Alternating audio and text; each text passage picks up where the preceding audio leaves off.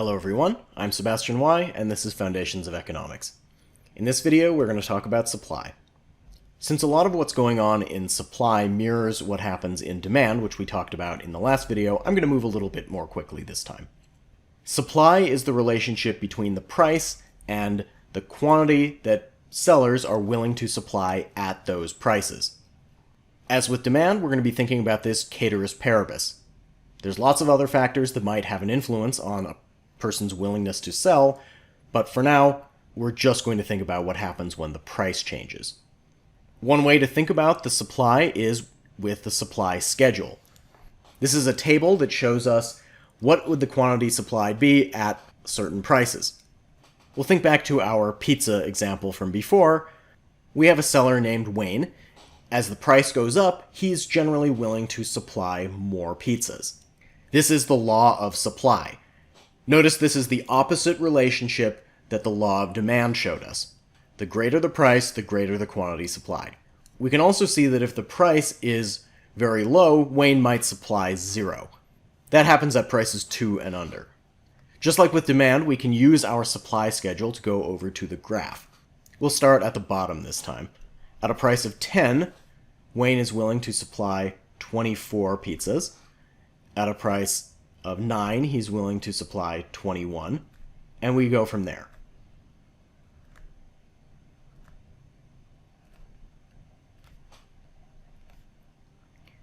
We can see that when the price hits 2, Wayne's quantity supplied has dropped to 0. If we were to continue this line, our line would actually go into the negatives of quantity, which of course is impossible, so we just stop there. We could continue to graph these points, they just drop down to 0 here. For consistency, I'm always going to use a red line to do the supply. I'll connect up these points, and that's going to be our supply curve. And I'll always use the letter S to denote the supply curve. Down here at the bottom, what we usually do is just leave those last few points off and just have the supply hit our price axis. Just like with demand, we are going to need to look at the entire market, which consists of lots of different sellers. For example, we'll look at what happens when we add a new seller, Garth, to the market. In the schedule, you'll see that just like Wayne, Garth follows the law of supply. The higher the price, the more he will supply. To get the market supply schedule, we'll figure out the quantity supplied at each price by adding up Wayne and Garth's quantities supplied. At the really low prices, they're both going to supply 0, so the market supply is still going to be 0, but once we get to 3, we have 2 plus 3 is 5, then at 4 we have 4 and 6 is 10, and so on and so forth. I'll just fill these in. You can see they're going up by 5 each time. We can then go ahead and graph these on our axis here. I've already used the computer to put in Garth and Wayne's individual supply curves, and we'll just do the market one. We can see that down here at the price of 2 and under, the market still supplies 0. And as we go up at a price of 3, we have a quantity of 5, 4, and 10, and so on. Just like with demand, we can see that these are added up horizontally. So for example, if we look at the price of 7, we have 10 from Garth and 15 from Wayne, and therefore 25 for the both of them. We'll use a red line for our supply curve. So far, we've looked at 2 ways to represent supply: the schedule, which you see on the screen, and the curve on the graph.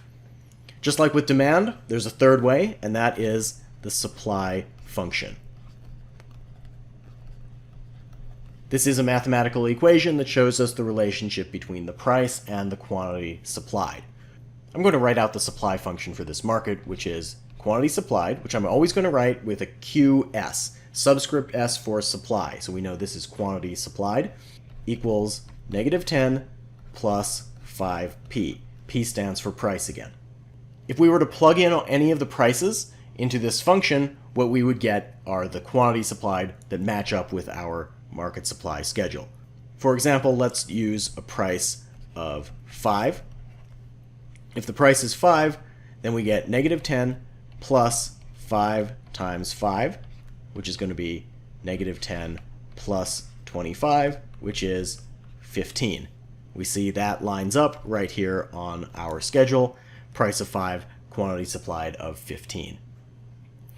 So whether we're looking at the schedule or the function, it's the same thing. Let's see how the supply function matches up with our graph. If you have a supply function and you need to graph it, the way to think about this is first figure out the price axis intercept. We do this much the same way as we did when we figured out the demand curve's price axis intercept. How low would the price have to be so that quantity supplied is 0? We'll just plug in a 0 for quantity supplied and solve for P. I'll add 10 to both sides and then divide both sides by 5 to get P equals 2. You can see that is our price axis intercept. From there, we need to draw an upward sloping line with a slope of 5. Again, this is a little bit backwards because for every increase of 1 in the price, the quantity increases by 5. We can continue on by raising the price from 3 to 4. That's going to increase by another 5, go from 5 to 10, and so on. We can then graph that out. So far, we've only been looking at price ceteris paribus. When we increase the price or decrease the price, that's again a movement along the curve, just like with the demand curve.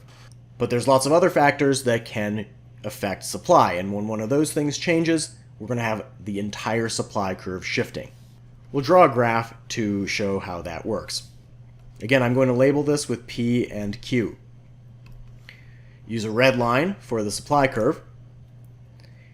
This is a little bit tricky. When we talk about an increase in supply, that is again a shift to the right, just like with demand. The reason this is a little bit tricky is that an increase in supply, although it is a shift to the right, it does kind of look like it's moving downward because it's vertically below the old curve. But the way you want to think about this is to take some arbitrary price and look at what is the quantity supplied at that price. When our supply curve shifted to the right, we now have a larger quantity supplied at any given price. So this is an increase in supply. On the other hand, a decrease in supply is a shift to the left, something like this. I'll call that S double prime. For this one, at that same price, we now have a lower quantity supplied than we did before. Even though this supply curve is vertically above the original, this is a decrease in supply because it shifted to the left. Lower quantity for the same price. Let's talk about the factors that can shift supply. A lot of what affects the supply curve are things that have to do with the costs of production, which we're going to talk about in much greater detail later in the course. The first factor is prices of inputs. Inputs are anything that is used to produce a good. Let's think about our pizza example. What are inputs for pizza? Well, the ingredients of the pizza, like flour, cheese, tomatoes, different kinds of meats, vegetables. But beyond that, we have labor as an input. We have to have a person who is making the pizza, delivering the pizza, and their wages are also prices of inputs. The fuel we use to heat the pizza ovens is another input. The second factor we'll look at is technology. Technology is another word that has a specific meaning in econ. We don't mean technology as in high-tech things like computers. It can be that, but does not have to be. In economics, technology is simply how do the inputs become the outputs. It does not have to be any kind of sophisticated machinery, although it can be. For example, if we're trying to produce coconut milk, the technology might be smashing a coconut open with a rock. And an improvement to that technology might be switching to a hammer. Nothing is sophisticated here, but it is an improvement in technology. We could just be talking about a slightly better way of doing things. When technology improves, it generally becomes cheaper to produce things.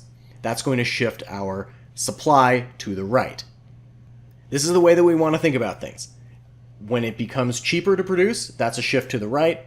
More expensive to produce, it's a shift to the left. Same thing with the prices of inputs. More expensive inputs, shift to the left. Less expensive inputs, shift to the right. The next two factors are things that are quite similar to the demand side. Third is expectations. This is very similar to demand, but it works the opposite direction. If prices are expected to go up, supply right now will shift to the left because sellers will hold off on selling. On the other hand, if prices are expected to go down, supply right now will shift to the right because sellers want to sell off all their goods before the price drops. And finally, we have the number of sellers. When there's more sellers, supply shifts to the right. When there's fewer sellers, shifts to the left. Exactly what we saw when we added Garth to the market that just consisted of Wayne. That shifted it to the right, and we could continue adding more sellers, horizontally adding on to those supply curves to get a new market supply curve farther to the right than before. Alternatively, if sellers leave the market, that's going to shift to the left. Now that we've covered the basics of supply and demand, our next task is to put those all together and think about equilibrium.